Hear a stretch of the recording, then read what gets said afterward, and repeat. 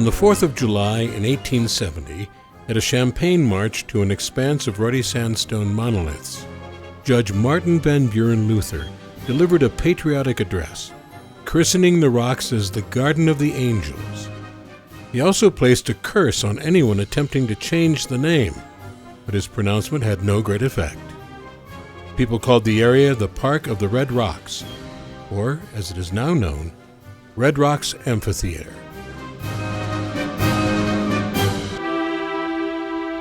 Nature's prehistoric upthrust of the Red Rocks area had begun some 70 to 40 million years ago with a geological event called the Laramide orogeny. Of the numerous formations, sharp-angled Creation Rock was the giant that attracted the most attention, towering 500 feet from its base.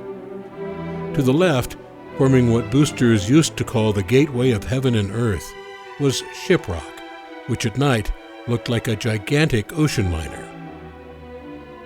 Cosmopolitan magazine editor and industrialist John Brisbane Walker bought the 4,000 acres of land in May 1905. Walker began hyping the park, which he labeled Garden of the Titans to compete with the Garden of the Gods near Colorado Springs.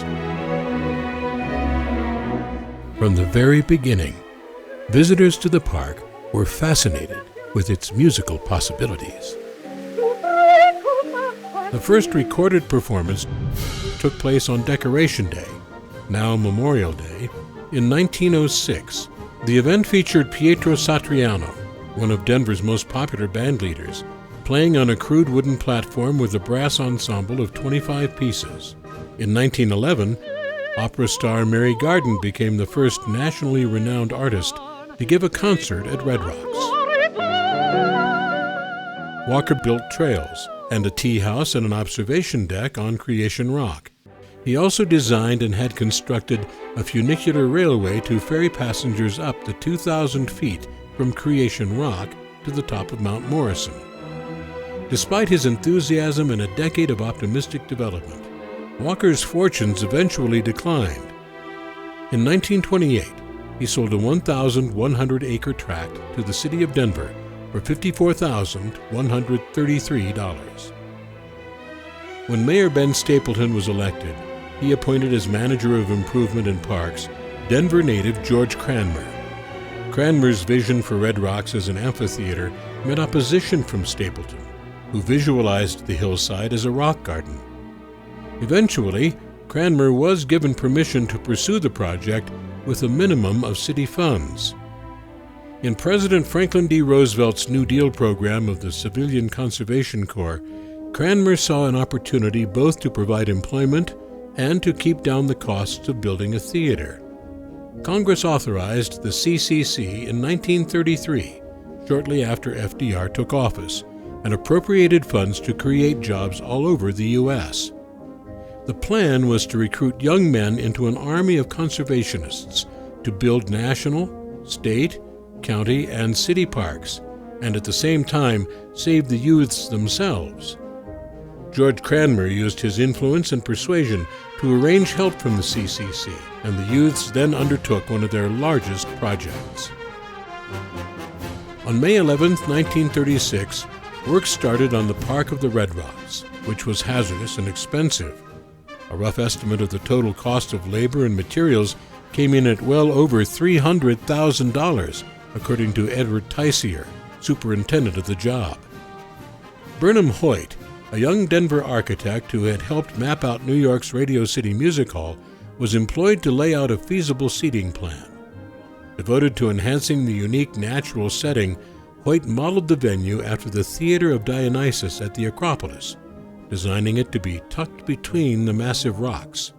He attempted to blend the walkways and dressing rooms into the sandstone as unobtrusively as possible.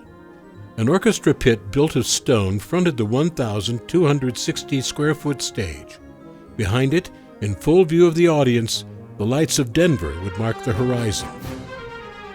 The boys, as CCC enrollees were called, furnished manpower for the construction. They worked for $1 a day plus room and board, keeping $5 a month and sending home the rest to help support their families.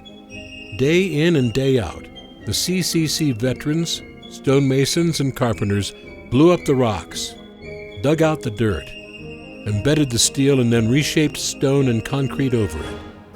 Hurrah for the love of the country, hurrah for the patriot's dream, with their brains and their backs, with a pick and an axe.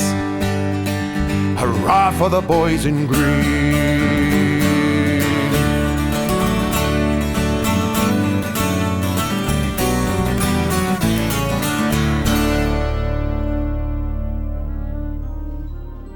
They built the Amphitheatre, including a magnificent tiered seating area for more than 9,000 persons and a huge parking lot, mostly working with picks and shovels. The difficulty of getting trucks and machinery up the winding and perilous roads made the work unavoidably slow. Muffled charges of dynamite and other blasting powder boomed through the valley daily. The Works Progress Administration, another New Deal program, helped to build access roads through the park. The project went smoothly, sometimes to the accompaniment of a cappella grand opera, as Cranmer brought a steady stream of artists in the park to test and retest the acoustics. The formal dedication of the new venue took place on Sunday, June 15, 1941. Helen Jepson, a soprano with the Metropolitan Opera, performed as the main attraction.